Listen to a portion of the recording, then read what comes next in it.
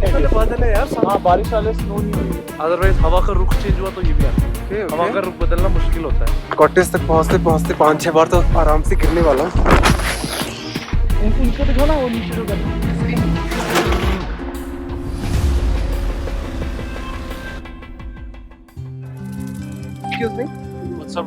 हिंदी बताता हूँ।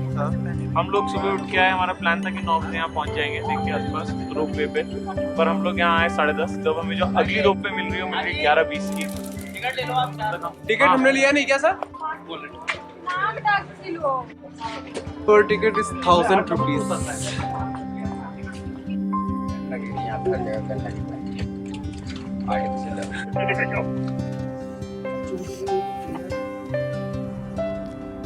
आज हम जोशीमठ से एशिया के दूसरे सबसे हाईएस्ट और लार्जेस्ट रोपवे से होते हुए औली की तरफ निकलते हैं, जहां से हिमालय का ये अद्भुत नज़ारा आपको देखने को मिलता है।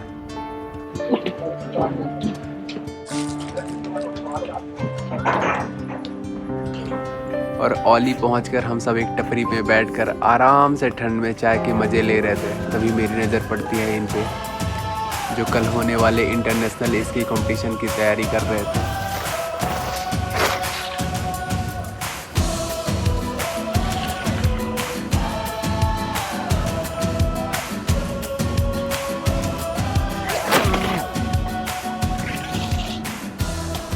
और उसके बाद इस चेयर केबल कार में बैठकर हम इस खूबसूरत नज़ारे को देखते हुए अपने कॉटेज की तरफ निकलते हैं। Extremely beautiful. Woohoo! What up, peeps? उनको दिखाओ ना, वो नीचे जो कर रहे हैं भाई, उनको देखो। इंटरनेशनल कंपटीशन आज लोग कल यहाँ से इंटरनेशनल कंपटीशन स्टार्ट होने वाला है, हम इसी की प्रैक्टिस कर रहे हैं।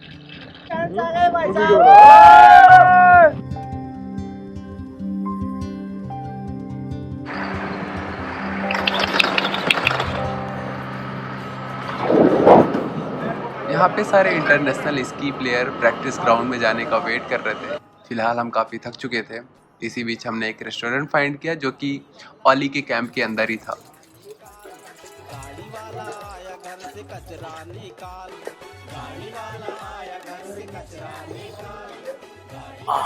टेस्टी चॉकलेट का मजा।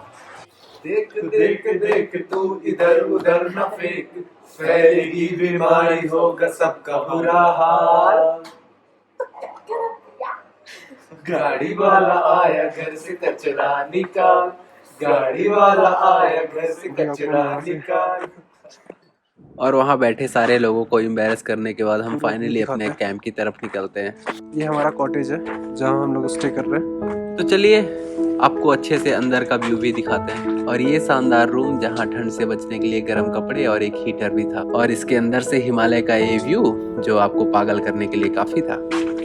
लेकिन मेरे यहाँ सारे दोस्त बाहर बैठ के स्नोफॉल का वेट कर रहे थे, जिसकी संभावना बहुत ही कम थी। बादल है यार। हाँ बारिश वाले स्नो नहीं हुई, बारिश भी सकती है, पर थोड़ा मुश्किल लग रहा है। पता है क्यों? पता है क्यों? अदरवाइज हवा का रुख चेंज हुआ तो ये भी आ सकता है। ओके हवा का रुख बदलना मुश्किल होता है। ठीक है। This is the only hope. I think 30% chance. वैसे हम में से किसी ने भी आज तक स्नोफॉल एक्सपीरियंस नहीं किया, इसलिए हमारे लाइफ का काफी इम्पोर्टेंट मोमेंट हो सकता था। और इसके इंतजार में मेरे सारे दोस्त पूरा दिन बाहर बैठे रहे। मैं भी इसी चीज का इंतजार कर रहा था। ऑर्गेज़म आ गया उसमें। मेरे को भी करो ना। ऑर्गेज़म चाहिए। समझ रहे हो? समझ रहे हो आप? समझ रहे हो? What are you doing, Anna? You don't know. Snowfall तो हुई नहीं और दिन भी ढलता जा रहा था। फाइनली हमने हिम्मत की और बाहर घूमने के लिए निकलते हैं, लेकिन ठंड इतनी जोर की थी कि मेरे दोस्तों ने बोला let's go room. How comes I am good? तू आ रही है सभी? हाँ।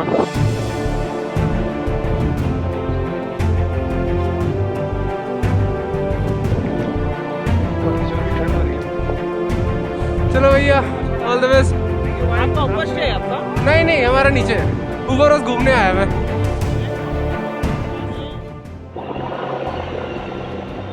कल कॉम्पिटिशन की तैयारी है, इसलिए ग्राउंड को वापस क्रश कर रहे हैं।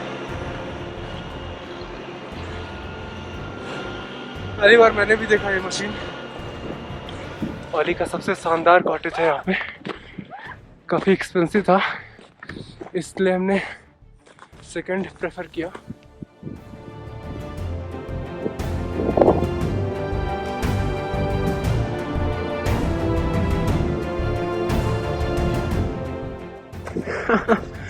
ये स्नोमैन पता नहीं किसने बिल्ड किया है।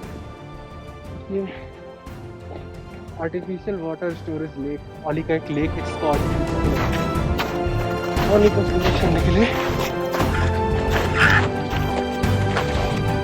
देखते हैं।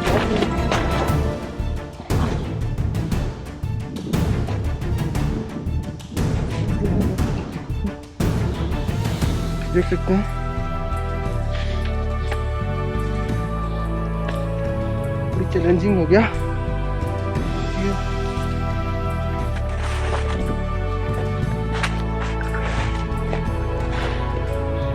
मेरे सॉक्स गीले हो चुके हैं।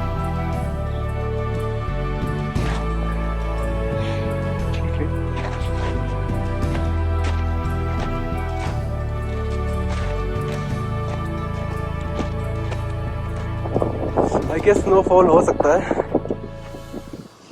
बहुत जोर की ठंड, ऑलमोस्ट -5 डिग्री सेल्सियस टेम्परेचर होगा यहाँ पे। ये ओली का आर्टिफिशियल लेक है। अब आप सोच रहे होगे कि इस बर्फ़ वाली जगह पे इस लेक को बनाने की क्या ज़रूरत थी। तो मैं एक चीज़ बता दूँ, ओली स्कीइंग और पैराग्लाइडिंग के लिए काफ़ी फेमस है इंडिया में। इसलिए जब भी यहाँ स्नोफॉल नहीं होता है तो इस लेक का पानी यूज़ करके वो मैनुअली बर्फ़ बनाते हैं और इसकी ग्राउंड पे डालते हैं, जिससे वहाँ के लोग स्की का प्रैक्टिस करते हैं हर सीज़न पे। अभी जो दो भैया जा रहे हैं उन्होंने मेरे को रिकमेंड किया है कि जिस प्लेस में मैं आ गया हूँ पैदल चलते चलते, और रात के टाइम पे थोड़ी डेंजरस आता है क्योंकि आपको एक्चुअली पता नहीं चलता कि नॉर्मल रास्ता कौन सा है, स्नो कौन सी है।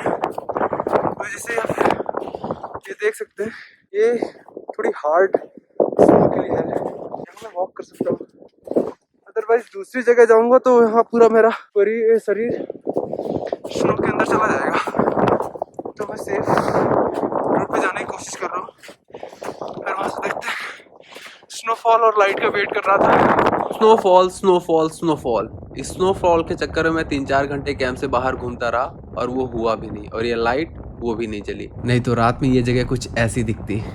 काफी रात हो चुकी है। मैं अपने कॉटेज से अराउंड 2 किलोमीटर दूर आ गया हूँ, ओली की राइट मोस्ट कॉर्नर पे। यहाँ पे आप देख सकते हैं ये चेयर केवल लाइन का आखिरी स्टॉपेज है राइट साइड पे। यहाँ कोई भी नहीं है, मैं अकेले हूँ। काफी ठंड है और ऑलमोस्ट मैं काफी टायर्ड हो चुका हूँ।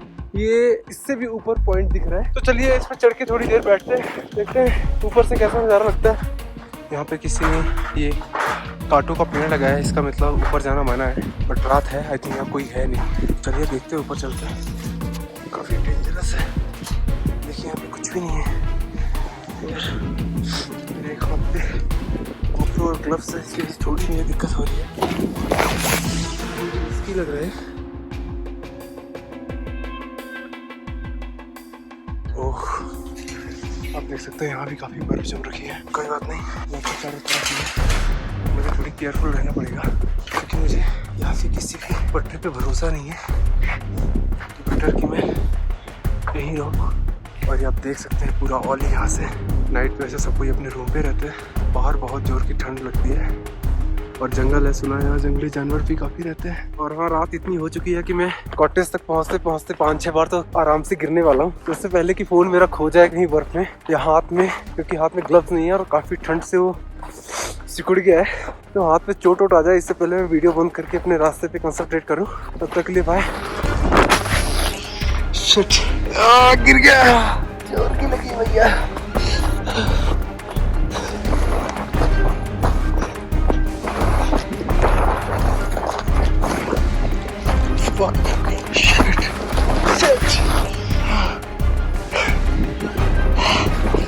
तीसरी बार, ये बड़ा मजा आ रहा है।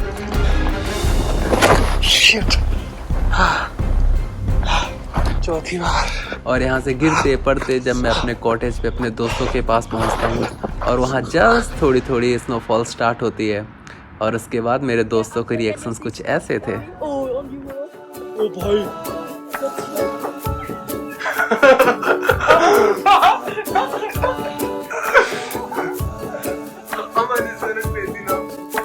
So, ladies and gentlemen, finally, Finally. the free snowfall in only my dream Uttarakhand, came. India.